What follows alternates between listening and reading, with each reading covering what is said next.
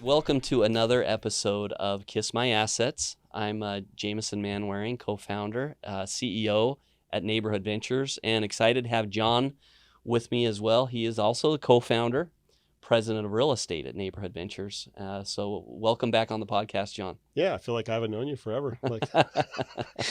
We use the podcast as the time to talk about everything. So we were supposed to start recording 15 minutes ago. We've been talking about a bunch of other things today. So just too many good things going on. Yeah. And today we're going to talk about one of our projects. We call it Venture on 19th. We bought this project about a year ago. It's a 41-unit building on 19th between Indian School and Camelback, near Campbell. The property, when we bought it, was not in need of a full-blown renovation like some of our properties. It was already generating cash flow, and we had some ideas of ways we could increase that cash flow. And for folks who aren't familiar with the project, I want to just kind of give them a little bit of a background. We bought it a year ago. We've been paying 6% monthly cash distributions to our investors since we bought it. We've done some things to enhance the value, and I want to kind of turn it over to you. We did some of the patios, and now we're also doing washer and dryers. But if you can kind of tell us where we're at on some of those initiatives that we started. Yeah, we every project's got its own things. We did more over there than that. So our lender, we put a traditional loan on there. We didn't do a bridge loan on that or a construction loan. And our lender required us to get some things done. When they did their inspections of the property, they said, a little suspect of the roof. We're a little concerned about the parking lot. And then I think those are the two main things they came back with. So our roofs are fine, but there are some spots because we had pigeons there. Another thing I'll bring up. There's some spots that look kind of worn out, and it was just pigeon poop staining on the property. So we redid the roofs as far as we recoated them, we cleaned them, coated them, and now they look good. And then we coated our parking lots, which is what the lender wanted. And then, of course, in that process, we did some pigeon removal, put up some things that will keep pigeons from coming back to some areas, because we are one of the taller buildings in the neighborhood, and pigeons like to go to the taller buildings. It's funny because John's kind of like a bird expert as far as pigeons, because it's been such an issue with apartments. Yeah. What do pigeons do? Why don't you want them there? Because obviously they poop over stuff, which is gross. But do they peck on stuff? Can they actually deteriorate? They cause all kinds of problems. I met with a guy that actually raises pigeons and races them, and he has no love for these pigeons, but he loves his pigeons that he works with, and he explained everything about them. Main thing is that once a pigeon homes, once it's there on the roof, and within 2 weeks of it being born, it homes, it aligns its own internal GPS system, it always comes back there. And what do they do to the property? You got to remember their excrement is heavy with acid, and it eats through stuff. They're known to carry bed bugs, lice, ticks, just really, really messy and cause a lot of problems. They clog up drains. So to have them not sit on top, I don't mind if they're in the trees. I don't mind if they're even on covered parking, but on the building, it causes all kinds of problems with the roofing. So we've learned to deal with them and what things work and what things don't work. And some of the remedies for pigeons that we've used, you can talk about some of your favorites, but I know we've done some wire meshing. I've seen some pretty scary spikes on buildings and ledges before to keep the pigeons away. What stuff do you like the best? And it's a combination of things you have to do. It's just like getting rid of bugs on a property. There's different layers you go through. Spikes work good in some areas, but you'd be surprised how crafty these birds are, and they will build a nest on top of spikes over time. They use it as a foundation for their nest. I don't know how they do that. And then even the chicken wire you put in areas, I don't know how these things have that strength, but they will tear apart chicken wire over time. So there's chicken wire. There's also simple things like called bird wire. You just string a piece of filament, like fishing line, along the top edge of the roof, the top wall of it, and it keeps them from landing on it. And they don't really want to be in the flat surfaces. They want to be on the edges, and that helps a lot too. So it's a combination of things you do. Plus, you got to keep up on the roof maintenance. Get up there, wash it down, clean it up. And it's a regular ongoing basis process. So we had to get rid of the pigeons. Yep. Recoated the roofs, did the parking lot, replaced our signage. We have a great sign out there, a nice metal sign that has kind of that that rust art. I don't Yeah. know what So you call there was that. one there before just like it. We just had to replace it with our name on it. We had That's a right. friend of ours that does that metal work for us. We had some things we didn't expect come up. We had a carport that was getting pushed by some of the trees. So we had to remove a couple trees, fix the carport, straighten it. We had as we were going through and doing some work on units, we had to shut off water sometimes for stuff. We found out that the buildings themselves didn't have individual water shutoffs. And then we went to shut off the water at the valve where that comes into the property. Main valve, yeah. The main valve, and that wasn't working. When you turned it off, it didn't actually stop the water. So then we had to go through this whole process again. COVID issues played a big part of it. Trying to get the city of Phoenix to schedule a time when they could bring their guys out to shut the water off. There's actually a shut-off valve in the middle of the street on properties. So they had to go out and shut that off, shut down the building. Then the city replaced the water meter and valve. And then once that all that project was done, we then had to go in and put valves on each individual building, which allows us to shut things down and fix things as we need to. So again, these things are important to us for operations because we get a leak. God forbid we got a leak before, we had no way to shut things off. We would have basically had to call the city to come out in the middle of the street and shut things off. So that could have been a disaster. And those are the things that when you're doing the due diligence, you may not necessarily discover that.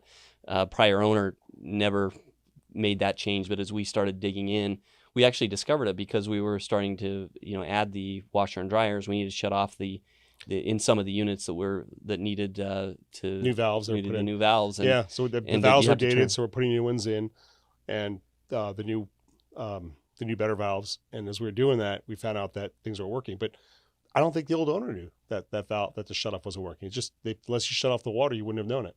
Right. So we have stuff like that happen. We also had an issue where we had people that were coming onto the property and doing bad things. Drinking, sleeping in places. And these are folks that don't live there. That don't live there. And they were coming on the property, and it was bothering the residents. But we ended up having to put cages, what I would call them, gates, underneath the stairwells. Because what would happen is later at night, we'd have people come off of 19th Avenue or off the canal or something in that area, which happens in urban areas, and they would sleep underneath the stairwells. Everything you can imagine happens when you're there and kind of taking up camp there overnight, garbage and other things that they do. But more importantly, it was really scaring some of the residents. Right. And it's not fair to them to have to deal with that. There's kids in that property. So we went in and put gates, or we call them cages, that keep people from going into the stairwells. I mean, imagine walking out of your apartment one night and all of a sudden seeing somebody under the stairwells. I mean, that's like a bad movie. Right. So we did that. That wasn't not a big expense, but it was important to do. We upgraded our lighting on the outside. A lot of the lighting, including the post lighting, that's paid for as part of our electric bill with APS or SRP. The lights were everywhere, but the bulbs were burned out. So we called the utility company. They came out and replaced them all. And then we replaced the lighting on the outside of the building, which had spotlights. We replaced them with LEDs that shine down, that look better, use less electricity, lights up the property. We painted the building, obviously. Yeah. We cut back some of the landscaping. And we also did add those private patios on the north side. That's right. Big thing we did. I think there was 8 there that had their door went right out to the main street. Right. And there was no privacy there, so we added those private patios. So now those get a nice upgrade in. And the residents, when we asked them, we surveyed the ones that are there, they said, we'd love to have this here. Yeah. Because every night they had to bring their kids' toys in and stuff. They said, we just want a little more privacy. Yeah. I know there's some other things we did. We're doing some landscape upgrades. Again, the property's doing well. It's affording us to do some things to the property. But probably the biggest change that we've had that's made the biggest impact beyond all that stuff is putting an on-site manager back on the property. Right.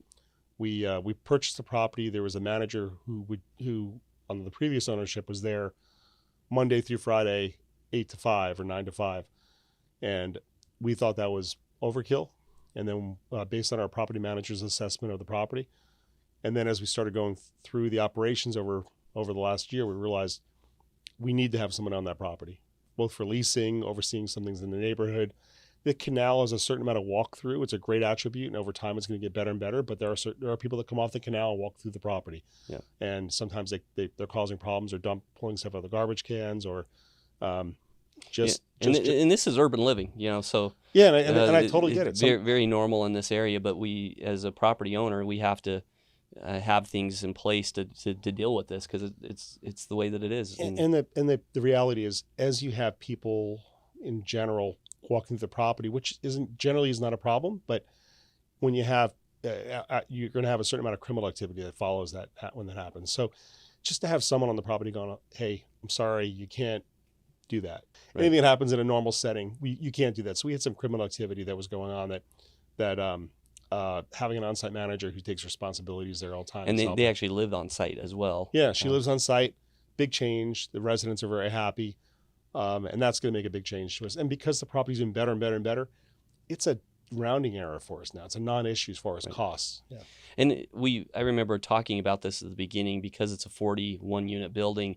Typically that doesn't merit having a full-time person there. The good thing with this situation is that full-time person can live there. They still manage some other units off the site Right. so that they're still optimizing their time. But having them there at this particular property has made a big difference. And then the big value add here is we have 26 units that were set up for washer and dryers, but they were never added. So we're adding a couple of them. I think a couple of them did have them in place, but we're adding brand new washer and dryers there, and that's we're upgrading the valves because they were the old ones you twist over and over and over, and those things go bad. I think those are called gate valves. We're putting in the new ones that are ball valves, and just because we're going to do that, we might as well replace them. Putting the washer and dryers in, it's a thing that people want, and especially some families that's just a big benefit for you. And of course, you get some more rent.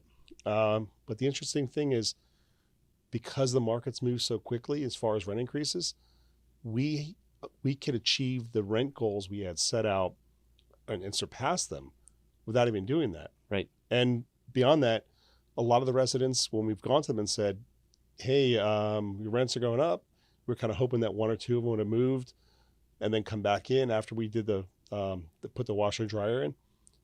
They didn't.